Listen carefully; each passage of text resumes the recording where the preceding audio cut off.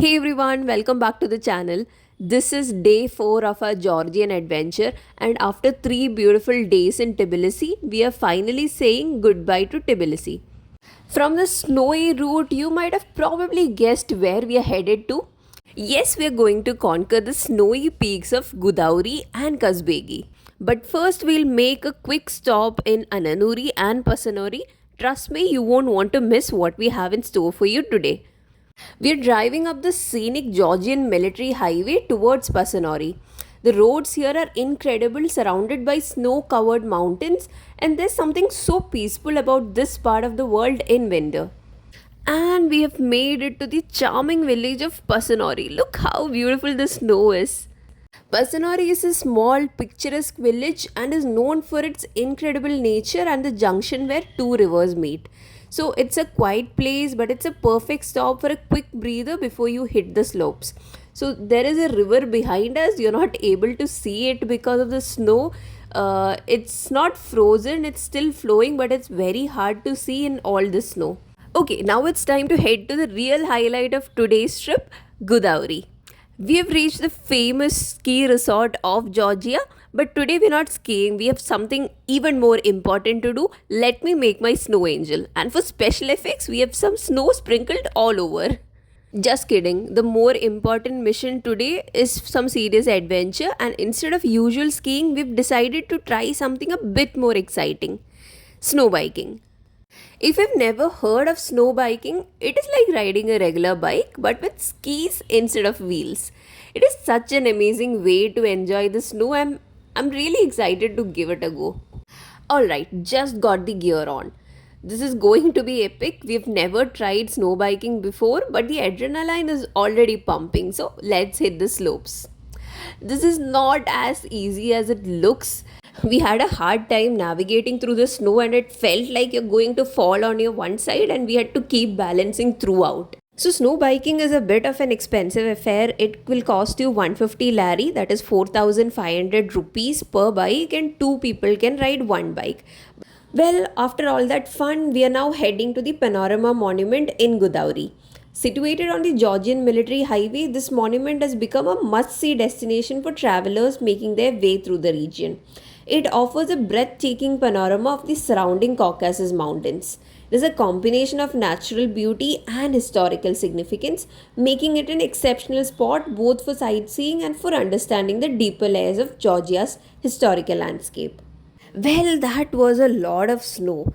We were also supposed to take a pit stop in Ananuri to see its ancient fortress that overlooks a reservoir, but because of the snow, it was closed and we could not go to Ananuri.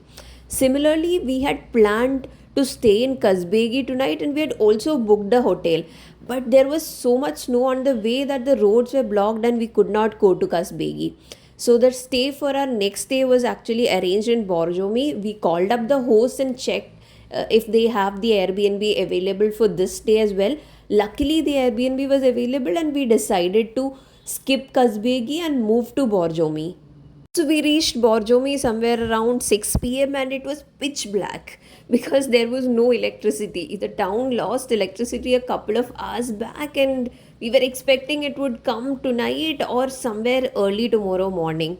It is going to be a true nightmare because it is so cold out here. There is so much snow, and without electricity, the room heaters are not going to work, nor the water will be hot. And guess what? The power did not arrive till next morning. We had to all sleep in the cold with multiple layers of clothing on. But the next morning was so beautiful that it actually made us forget everything that happened last night. The views from this Airbnb is to die for. I was a little disappointed that we could not stay in Kazbegi because I've seen such beautiful reviews of Kazbegi, and trust me, Borjomi is as beautiful as Kazbegi. So we were having a quiet morning. We had some time to ourselves, so we were just hurkle-durkling, enjoying the scenery. It was all snow everywhere. I did not know Borjomi would have so much snowfall. Electricity is still not back, so we can't heat our waters. Microwave is not working. We are kind of stuck here. But I have to say the hosts here were very helpful, very friendly. They made sure we had candles. They kept inquiring if we are okay, because it's not honestly in their hands as well, right? They didn't know power would go away, but they were very accommodating and trying to help us in all ways they can. One important tip if you're staying in Kazbegi or Borjomi is that before you go into your Airbnbs, make sure you have some food items with you. So load up some bread, chocolate spread, biscuits, something that you can sustain, because once you are up here, it is difficult to go down to the market and get things. So we spent a lot of time in day 5 indoors. So let me also show you how the Airbnb was. It was very cozy. The views were stunning from rooms. This is the hall. Even hall had such a beautiful view. Just that heaters were not working. They also had a very big kitchen. They had all the facilities, dining tables. They had a fridge. They also had a lot of plates and glasses. They had microwave and kettle, but unfortunately, because there is no electricity, we could not heat anything up. We had kept all our sandwiches, burgers, etc. in the fridge. Actually, there is no need to use the fridge because it is as cold outside, but we thought in case the power comes back, let the food remain refrigerated. So there is a heater in the kitchen also. Again, this is not working because there is no power. This is such a lavish kitchen. We really loved it. And they also have a water filter. The best thing about Bojomi is you can even drink tap water here. You don't really need a filter, but visitors often don't prefer tap water. That is the reason why they have a filter. They also have a washing machine, but we did not see if it was plugged in, or we did not have any plans of using it, right? They had a kitchen that was very well stocked up.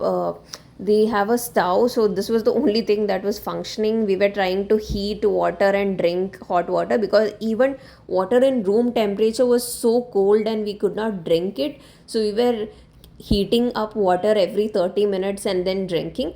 Unfortunately, kettle and microwave is not working. So this Airbnb is actually perfect for families and groups of people staying. They have all the facilities. They had so many cutleries. They have a wine opener everywhere. I'm seeing this in the kitchen. It seems like wine is pretty much a staple dish. They even had some advanced utensils and other items here, which I had not seen in previous Airbnbs. We also ended up heating our burgers and sandwiches using some of the pots and pans that they have. They say necessity is the mother of invention, right? We actually experienced it. They had a huge collection of plates, so we ended up using a lot of plates, and there were a lot of dishes to wash the next morning.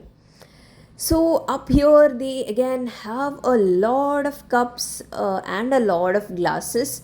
This is by far the most number of plates and glasses I have seen at once.